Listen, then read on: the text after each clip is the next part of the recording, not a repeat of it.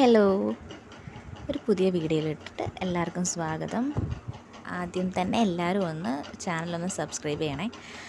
അപ്പോൾ ഞാനിന്ന് മീൻ കറി വയ്ക്കാമെന്ന് വിചാരിച്ചു. തന്നെ മീനിൻ്റെ മണം അടിച്ചപ്പോഴത്തേക്ക് ഒരാൾ വാതിലിൽ വന്നിട്ട് നോക്കിയിരുന്നിട്ട് ഓടിപ്പോയി. അപ്പോൾ ഞാൻ മീനൊക്കെ വൃത്തിയാക്കി അടുപ്പത്ത് ചട്ടി വെച്ചു. അതിനുശേഷം ഞാൻ അതിലേക്ക് കുറച്ച് വെളിച്ചെണ്ണ ഒഴിച്ചു കൊടുത്തു. പിന്നെ ഉലുവ ഇട്ട് കൊടുത്തു. സത്യം പറഞ്ഞാൽ ഞാൻ തേങ്ങ അരച്ച് കറി വയ്ക്കാമെന്ന് വെച്ചിട്ട് തേങ്ങയൊക്കെ ചിരകി വെച്ച് മിക്സിയിലിട്ട് കറക്കാൻ നേരമാണ് കറണ്ട് പോയത്. പിന്നെ ഞാൻ മുളക് കറി ആക്കാമെന്ന് വിചാരിച്ചു. അപ്പം അങ്ങനെ നമ്മുടെ ഉലുവയൊക്കെ ഒന്ന് പൊട്ടി വരുമ്പോഴത്തേക്ക് അതിലേക്ക് നമുക്ക് കുറച്ച് പച്ചമുളക് ഇട്ട് കൊടുക്കാം. ഒരു 3-4 പച്ചമുളക് ഞാൻ ഇട്ട് കൊടുത്തു. കുറച്ചേറെ ഞാൻ മുറിച്ച് വെച്ചിട്ടുണ്ടായിരുന്നു തേങ്ങ അരച്ച് കറിക്കിടാൻ. അപ്പോൾ ഞാൻ ഇതിന് കുറച്ച് പച്ചമുളക് എടുത്ത് കണ്ടിട്ടിട്ട് നന്നായിട്ടൊന്ന് വഴറ്റി കൊടുത്തു. അതിലേക്ക് കുറച്ച് ചെറുതായിട്ട് മുറിച്ച് വെച്ച ഇഞ്ചിയും വെളുത്തുള്ളിയും കൂടെ ഇട്ട് കൊടുക്കാം.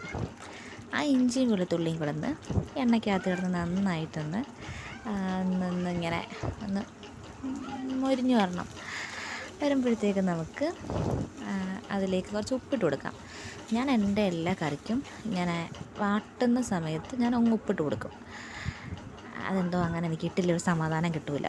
അപ്പോൾ അങ്ങനെ ഇട്ട് അതിന് ശേഷം അപ്പോൾ ഞാൻ തേങ്ങ അരച്ച് കറി വയ്ക്കാനായിരുന്നു. മാങ്ങയും ഇട്ടിട്ട് തേങ്ങ അരച്ച് കറി വയ്ക്കുകയാണ്. അപ്പോൾ കറണ്ട് പോയത് കാരണം എനിക്ക് അത് ചെയ്യാൻ പറ്റില്ലല്ലോ. അപ്പോൾ ഞാൻ തേങ്ങാപ്പാൽ ഒഴിച്ച് വയ്ക്കാമെന്ന് വിചാരിച്ചു.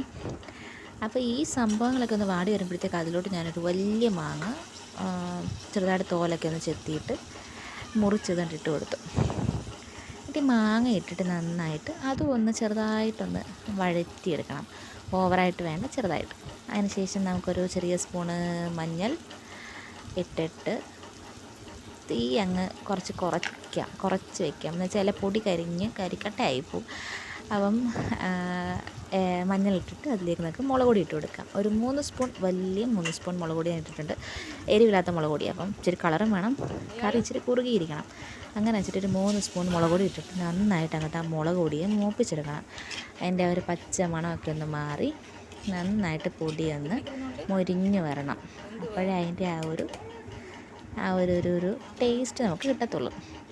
അപ്പോൾ നമുക്കിങ്ങനെ നന്നായിട്ട് നമുക്കിങ്ങനെ മിക്സ് ചെയ്ത് കൊടുത്തിട്ട് ഒരു 3 ഗ്ലാസ് വെള്ളം ഞാനിതിനകത്ത് ഒഴിച്ചിട്ടുണ്ട്.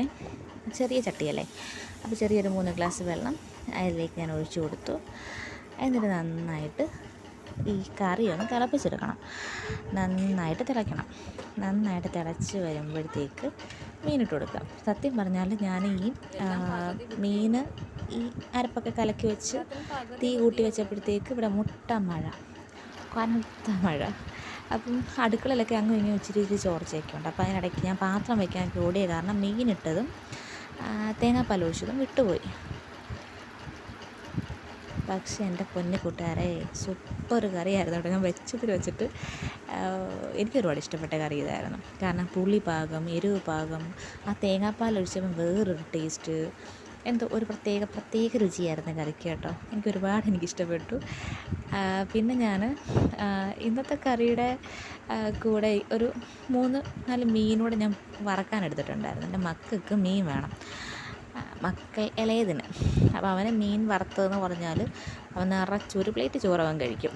പക്ഷേ അവൻ മീൻ കറി അവൻ ഇഷ്ടപ്പെട്ടെന്ന് ഇങ്ങനെ കഴിക്കാറില്ല.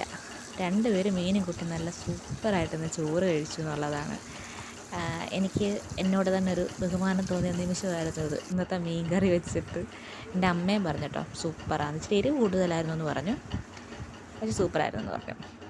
ഇതായിരുന്നു ഞങ്ങളുടെ ഉച്ചക്കലത്തെ ആഹാരം. അപ്പം എൻ്റെ വീഡിയോ ഇഷ്ടപ്പെട്ടിട്ടുണ്ടെങ്കിൽ ചാനലൊന്ന് സബ്സ്ക്രൈബ് ചെയ്യുക, ലൈക്ക് ചെയ്യുക. Thank you.